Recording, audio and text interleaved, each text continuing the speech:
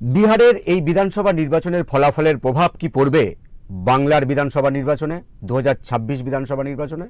এই প্রশ্নটা কিন্তু এখন উঠছে। চলুন দেখে নিই একটি বিশেষ প্রতিবেদন। বাংলার পড়শি রাজ্য বিহারের ভোট ময়দানে বয়ে গেল এনডিএ ঝড়। মোদী নীতিশে আস্থা রাখলো বিহারের মানুষ, আর এই ঝড়ে কার্যত খড়কুটোর মতন উড়ে গেল মহাজোট। মুখ থুবড়ে পড়েছে তেজস্বী রাহুল জুটি।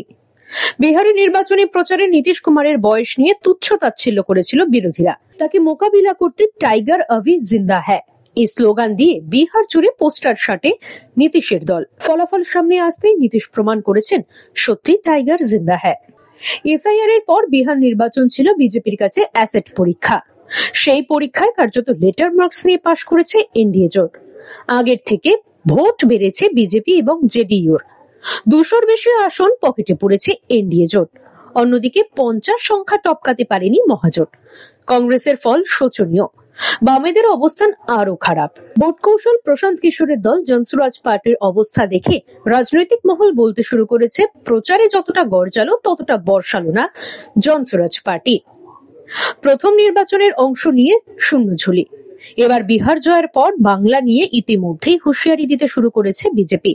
और ये भी मैं कह रहा हूं, बिहार की जीत हमारी है, अब बंगाल की बारी है। वो तो विपक्ष का ये पुराना धंधा है, जीत गए तो बहुत अच्छा, मीठा मीठा घट घट, तीता तीता थू थू, ये तो कांग्रेस और विपक्ष का ये पुराना है। বিহারে এনডিএ জোট ভালো ফল করতেই বাংলার বিধানসভা চত্বরে লাড্ডু বিতরণ করলেন রাজ্যের বিরোধী দলনেতা শুভেন্দু অধিকারী। बिहार का जीत अब बंगाल का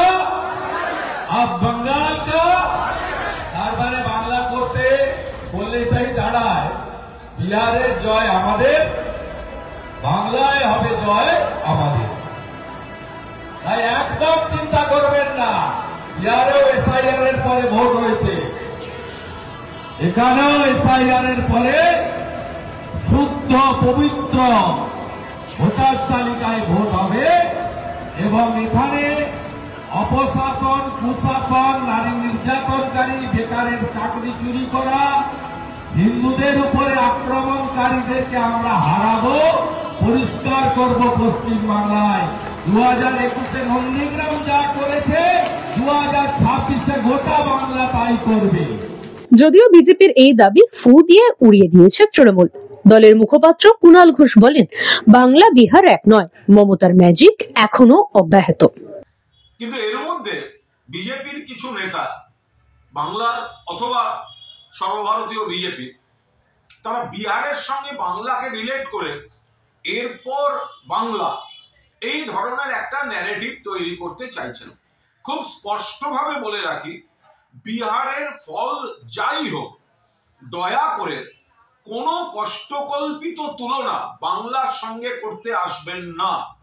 বিহারের ফলাফলের বিন্দুমাত্র প্রভাব বাংলায় পড়বে না। আপনারা এসআইআর বা এই ধরনের যা ইচ্ছা চক্রান্ত করতে পারেন, তার মোকাবিলা মমতা ব্যানার্জির নেতৃত্বে অভিষেক ব্যানার্জির সেনাপতিত্ব হবে। কিন্তু বছর ঘুরলে রাজ্যে বিধানসভা নির্বাচন, তার আগে চলছে এসআইআর প্রক্রিয়া, যা নিয়ে তপ্ত রাজ্য রাজনীতি। এসআইআর এর পর প্রথম নির্বাচনে ভালো ফল করেছে বিজেপি। এবার বাংলা নিয়ে আত্মবিশ্বাসী বিজেপি। এবার দেখার বিহারের প্রভাব বাংলায় কতটা পড়ে। ব্যুরো রিপোর্ট, ওঙ্কার বাংলা। নমস্কার, ওঙ্কার বাংলায় আপনাদের স্বাগত। আমি আপনাদের সঙ্গে বিশ্বজিৎ। আজকের বাংলা রাজনীতির অনুষ্ঠানে আমরা নজর রাখবো বিহারের দিকে, কারণ প্রথম এসআইআর এর পর অ্যাসিড টেস্টে লেটার মার্কস নিয়ে পাস করেছে এনডিএ। অন্যদিকে কার্যত ভরাডুবি হয়েছে কংগ্রেসের এবং মহাগঠবন্ধনের। কোন ম্যাজিকে এই ফল করলো বিহারে এনডিএ জোট, এবং এই যে বিহারের নির্বাচনের ফল, সেই ফলের প্রভাব কি বাংলায় পড়বে? এ সমস্ত বিষয় নিয়ে আলোচনা করবে। এই মুহূর্তে আমার সঙ্গে স্টুডিও উপস্থিত রয়েছেন বিখ্যাত সাংবাদিক ও রাজনৈতিক বিশ্লেষক অর্কবাবু সরকার। দাদা, আপনাকে ওঙ্কারে স্বাগত। প্রথম আমরা জানতে চাইবো যে এসআইআর এর পর প্রথম বিহারের নির্বাচন হলো, সেখানে লেটার মার্ক নিয়ে পাস করলো এনডিএ জোট, বিজেপি ভালো ফল করেছে, কংগ্রেসের অবস্থা ধরাশায়ী, মহাগঠবন্ধন তো মহাচিন্তায়। কি হলো এই ফলটা, কি কেন এরকম হলো, মানে কি মনে হয়? ফলটা প্রত্যাশিত ছিল, কিন্তু এরকম ল্যান্ডস্লাইড হবে অনেকে ভাবতে পারেনি। আমার ধারণা ছিল যে 133-এর নিচে এনডিএ নামবে না, আর মহাগঠবন্ধন 90-এর উপরে উঠবে না। দুটো দলের আসন সংখ্যার 44-45টার ফারাক থাকবে।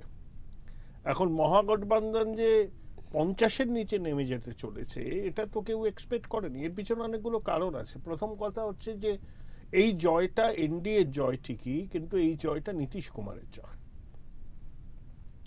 নীতিশ কুমারকে যেভাবে আরজেডি, কংগ্রেস বিদ্রুপ করছিল যে চাচার এবার অবসর নেওয়া উচিত, বিজেপি তাকে কন্ট্রোল করছে, নীতিশ নিজের সিদ্ধান্ত নিজে নেন না, ওটা বিজেপি নেয়, এটা বিহারের মানুষ ভালোভাবে নেয়নি, বিশেষত মহিলারা।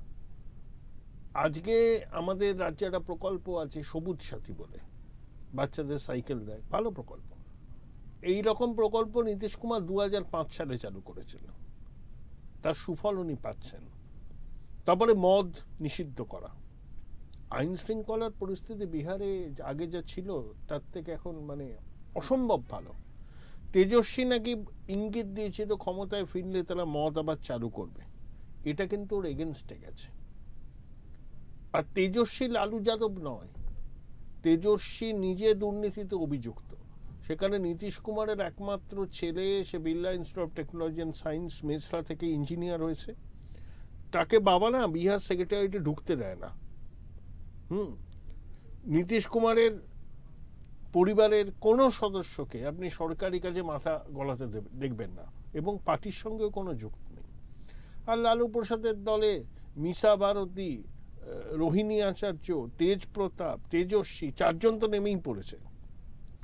এই পরিবার কেন্দ্রিক দলগুলো বেশি দিন কিন্তু রাজনীতির ময়দানে থাকতে পারবে না, যদি না তারা নিজেদের দলের মধ্যে গণতান্ত্রিক সংস্কার করে। মুখ্যমন্ত্রী আমাদের রাজ্যের কিছুদিন আগে ধর্মতলা থেকে রবীন্দ্রনাথের বাড়ি পর্যন্ত হাঁটলেন হাতে সংবিধান নিয়ে। তিনি হাঁটতেই পারেন হাতে সংবিধান নিয়ে। যিনি সংবিধান রক্ষার কথা বলেন তিনি সবসময় সংবিধানকে ভঙ্গ করেন। আর তার পিছন পিছন হাঁটলেন ধবদুরস্ত হাল ফ্যাশনের পোশাক আশাক পরে যে যুবকটি, সে এই রাজ্যের সংবিধান বহির্ভূত ক্ষমতার অধিকারী, সেটা হচ্ছে এই রাজ্যের সঞ্জয় গান্ধী। মুখ্যমন্ত্রী সংবিধান নিয়ে হাঁটছেন, তার কয়েক কদম পিছনে যিনি হাঁটছেন, যিনি তার উত্তরাধিকারী, তিনি নিজে এই রাজ্যে সংবিধান বহির্ভূত ক্ষমতার অধিকারী। নীতিশের বিহারে কোনো সংবিধান বহির্ভূত ক্ষমতার অধিকারী কেউ নেই, কোনো পরিবারবাদ নেই। আর মহাগঠবন্ধন ক্ষমতায় আসলে বিহারবাসী আতঙ্কিত হয়ে পড়েছিল, আবার জঙ্গলরাজ ফিরবে, আবার যাদবরা ছড়ি ঘোরাতে শুরু করবে। একজোট হয়ে বিহারের মানুষ এই যে ভোটটা বেড়েছে, অনেক পণ্ডিত যাদের কোনো বাস্তব জ্ঞান নেই, তারা সবসময় মনে করে যে ভোট বেশি হলেই সরকারের বিরুদ্ধে যায়, এদেরকে মূর্খ বললে কম বলা হয়। 2023-এর ডিসেম্বরে মধ্যপ্রদেশেও ভোট হয়েছিল, 7% 8% বেশি ভোট পড়েছিল, এবং শিবরাজ সিং চৌহান এত বছর মুখ্যমন্ত্রী থাকার পরেও জিতেছিলেন। ঠিক তাই হয়েছে নীতিশ কুমারের ক্ষেত্রে। এবং বাংলায় প্রভাব এই মুহূর্তে, বাংলাতে বিজেপি উজ্জীবিত হবে, খেলা হবে তো ডিসেম্বর থেকে। ডিসেম্বর মাসটা তৃণমূল ঠিকঠাকভাবে কাটাক, তারপরে তো জানুয়ারির কথা ভাববে। বাংলার রাজনীতিতে আসন্ন ডিসেম্বর মাস খুব গুরুত্বপূর্ণ সব দিক থেকে। এসআইআর তো একটা প্রক্রিয়া, ও তো হবে। এত বড় প্রক্রিয়ায় কিছু ভুল ত্রুটি থাকতে পারে, সেগুলো সংশোধন করতে হবে। এখনো তো আজকের মধ্যে সব ফর্ম ডিস্ট্রিবিউট হয়ে যাবে, বিএলওদের একটু চাপ বাড়ছে, সব ঠিক আছে। এত বড় কর্মযোগ্য, এইসব টিদিং প্রবলেম থাকবে। এই টিদিং প্রবলেম হওয়ার পরেই এসআইআরটা হবে, এবং এসআইআর হলে পরে একটা আশা করব অন্তত 80% সঠিক হবে। তাতেও ভোটার তালিকার অনেকটা সংশোধন করা সম্ভব হবে। বিহারে তো এবারে নির্বাচনে একটা পুনর্গণনার দাবি কেউ করেনি, একটা গন্ডগোল হয়নি। আমাদের তো শেখা উচিত বিহার থেকে। 50 জন মরে গেছিল শুধুমাত্র পঞ্চায়েত নির্বাচনে পশ্চিমবঙ্গে। পশ্চিমবঙ্গে ভোট মানে হিংসা, আর বিহারকে দেখে শিখুক, বাঙালি শিখুক কিভাবে এগিয়ে যাচ্ছে বিহার। সংখ্যালঘুরা পর্যন্ত এনডিএ প্রার্থীকে ভোট দিয়েছে, আর এখানে সংখ্যালঘুদের মাথায় টুপি পরিয়ে ভোটটা নেওয়া হচ্ছে বিজেপির চুচু দেখিয়ে। আস্তে আস্তে তারাও আসল সত্যটা বুঝছেন। দাদা, এবারে বিহারের নির্বাচনে আমরা প্রচারে দেখেছিলাম কার্যত ঝড় তুলেছিল প্রশান্ত কিশোর জনসুরাজ পার্টি। মানে জনসুরাজ পার্টি তো মানে অস্তাচলে দেখা যাচ্ছে। না, প্রশান্ত কিশোর তো সবে মাত্র রাজনীতির ময়দানে এলেন, অনেক লড়াই সংগ্রাম করতে হবে। উনি বুঝলেন কোথায় ওনার লুপহোলস, কোথায় ওনার অ্যাডভান্টেজ। তিনি সিরিয়াসলি রাজনীতি করতে চাইলে মাইলস টু গো, এবং তার হাতে সময়ও আছে, সময় নিয়ে রাজনীতিটা করতে হয়। ওনার তো একটা প্রত্যক্ষ অভিজ্ঞতা হলো যে ফিল্ড পলিটিক্স ঠিক কেমন, ইলেকটোরাল পলিটিক্সটা ঠিক কেমন, সেখানকার সমীকরণগুলো কেমন। কিন্তু বুঝেছেন ভবিষ্যতে এই যে বাস্তব অভিজ্ঞতাটাকে অর্জন করলেন সেটাকে পাথেয় করে এগোবেন, তার জন্য সময় পড়ে আছে। তার অত আশাহত হওয়ার কোনো কারণ নেই।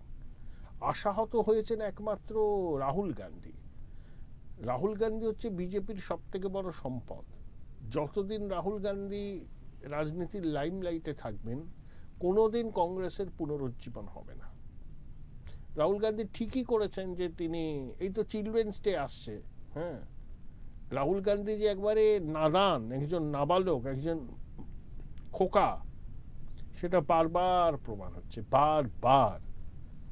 হ্যাঁ, জোর করে কাউকে নেতা বানানো যায় না, তার মেটেরিয়াল থাকতে হয়। তাই রাহুল গান্ধী নাকি গান্ধী পরিবারকে মানুষ আর নিচ্ছেন, এটা একটু যদি ক্লিয়ার করেন। গান্ধী, সোনিয়াজি তো জাস্ট এখন অ্যাক্টিভ পলিটিক্স করেন না। প্রিয়াঙ্কা এসছে, ও প্রিয়াঙ্কা বলুন রাহুল বলুন ওই যুগ শেষ। কিছু চামচা, কিছু কি বলবো আর কি প্যারাসাইট, তারা গান্ধী পরিবারকে আঁকড়ে ধরে রাজনীতি করতে চান। পরিবার কেন্দ্রিক রাজনীতি যুগ আস্তে আস্তে শেষ হচ্ছে। যতদিন রাহুল গান্ধী প্রধান থাকবেন, মল্লিকার্জুন খাড়গে আছেন, আর রাহুলই তো সিদ্ধান্ত নেয়, ততদিন কংগ্রেসের কোনো পুনরুজ্জীবন হবে না, কোনো দিন হবে না। রাহুল গান্ধী বিহারে মুকেশ সাহানির সঙ্গে জলে ঝাঁপ দিলেন, পুকুরে মাছ ধরলেন, ওভাবে হয় না। উনি সোনার চামচ মুখে নিয়ে জন্মেছেন। আর কংগ্রেসের নেতারা, আরজেডির নেতারা হুমকি দিচ্ছে যে বাংলাদেশ নেপালের মতো হবে ভোটের ফলাফল তাদের অনুকূলে না এলে। এগুলো নির্বোধ না নাবালক আমি জানি না, ওরা মানুষকে উস্কাচ্ছেন। রাহুল গান্ধী সব থেকে বড় অপরাধ করেছেন, সেনাবাহিনীকে নিষেধা করেছেন যে 10% সেনাবাহিনীকে নিয়ন্ত্রণ করে। ভারতবর্ষের সেনাবাহিনী সমস্ত কিছুর ঊর্ধ্বে, সেখানে এইসব জাত পাত ধর্ম এগুলো আসেই না।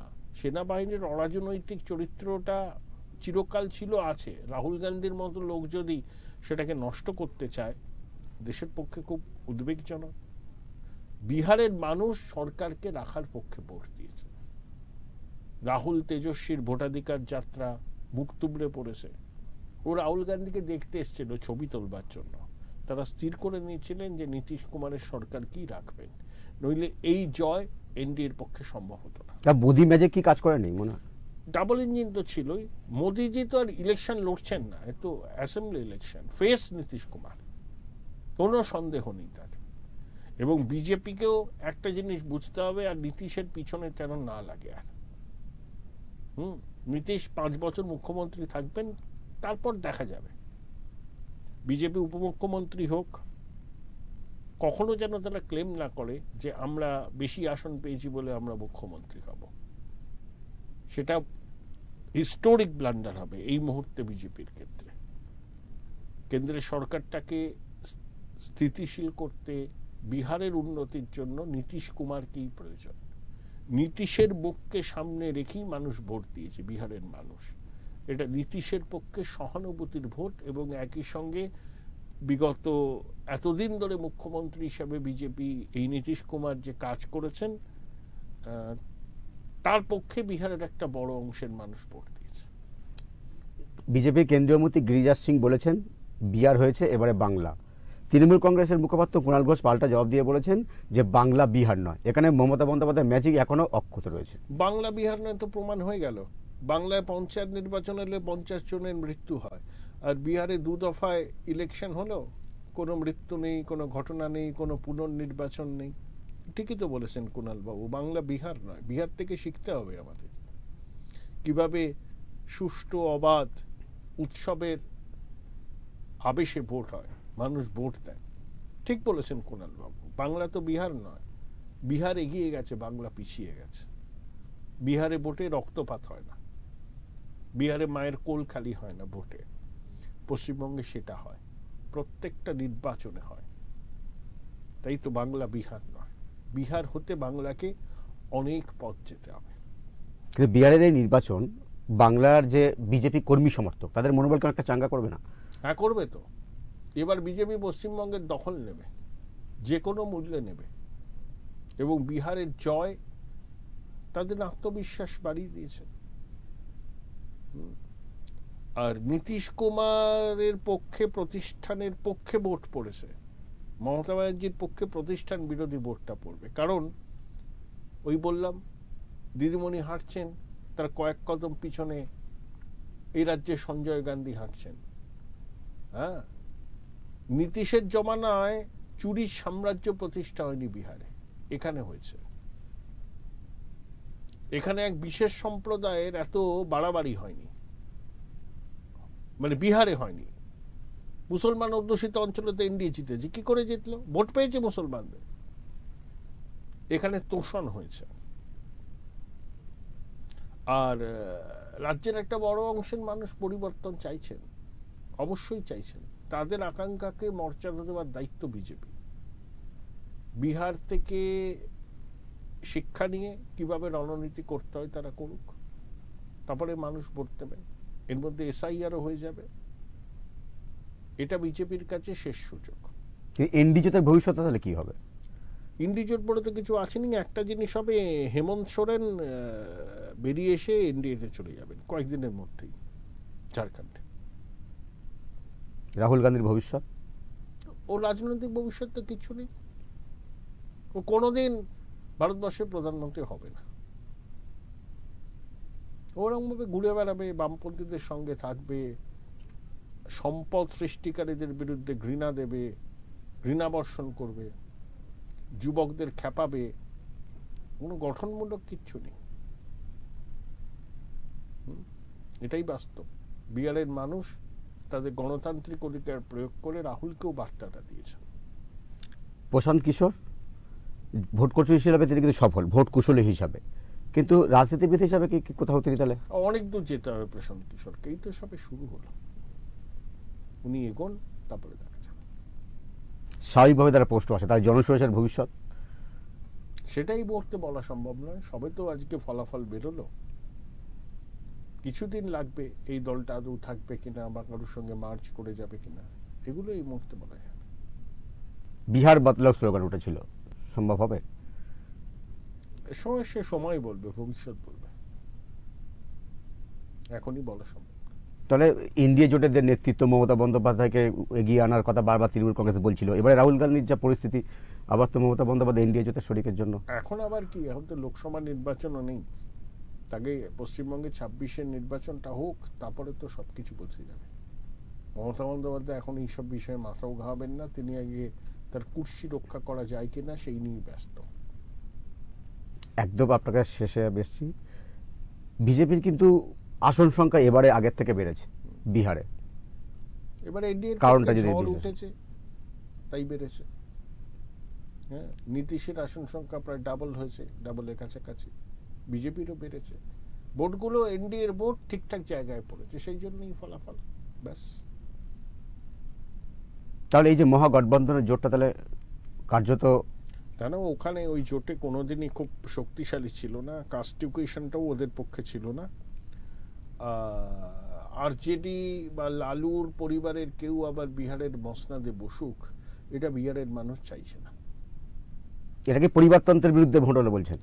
দুর্নীতির বিরুদ্ধে, জঙ্গলরাজের বিরুদ্ধে, পরিবারতন্ত্রের বিরুদ্ধে নীতিশকে যেভাবে আক্রমণ করেছে সেটা বিহারের মানুষ মেনে নেয়নি। এই সব কিছুর বিরুদ্ধে বিহারের মানুষের স্পষ্ট জনাদেশ, নীতিশের পক্ষে, এনডিএর পক্ষে জনাদেশ। একদম শেষ দাদা আপনার কাছে, বাংলায় এর প্রভাব পড়বেই, এটা কিন্তু বিজেপির পক্ষ থেকে বারবার বলা হচ্ছে। আপনার মনে হয় কতটা পড়তে পারে এর প্রভাব? এই মুহূর্তে বলা যাবে না। এসআইআর হোক, ডিসেম্বর মাসে অনেক কিছু হওয়ার সম্ভাবনা রাজনৈতিকভাবে পড়বে তো বটেই, কতটা পড়বে সেটা এই মুহূর্তে বলা সম্ভব না। দাদা আপনাকে অসংখ্য ধন্যবাদ আমাদের সময় দেওয়ার জন্য। এসআইআরের পর প্রথম বিহারে বিধানসভা নির্বাচনে অ্যাসিড টেস্টে কার্যত লেটার মার্ক নিয়ে পাশ করেছে এনডিএ জোট। অন্যদিকে মহাগঠবন্ধনের কংগ্রেসের অবস্থা শোচনীয়। অন্যদিকে জনসুরাজ পার্টি কার্যত অস্তাচলে। এই যে বিহারের ফল, এর কি প্রভাব বাংলায় পড়বে, এই প্রশ্নটা কিন্তু এখন উঠছে রাজ্য রাজনীতিতে। সেদিকে আমাদের অবশ্যই নজর থাকবে। আলোচনা আপাতত এই পর্যন্তই। অন্যান্য খবরের জন্য চোখ রাখুন ওঙ্কার বাংলায়। নমস্কার।